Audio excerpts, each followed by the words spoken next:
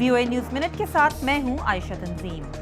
शुमाली Korea ने धमकी दी है कि वो अमेरिका के खिलाफ एटमी हमले में पहल कर सकता है। गुज़िश्ता माह शुमाली कोरिया ने अक़वाम मुत्तहिदा की करारदादों की खिलाफ वर्जी करते हुए अपना तीसरा एटमी टेस्ट किया था।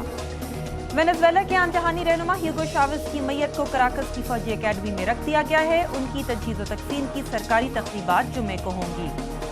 वोटिंग के इलेक्ट्रॉनिक निज़ाम में खराबी की वजह से कीनिया के इंतखाबात में वोटों की गिनती में मुश्किलात पेश आ रही हैं, जबकि वज़ीर आज़म रीला ओडिंगा के साथी उम्मीदवार ने इल्ज़ाम लगाया है कि वोटों की गिनती में धांधली की गई है।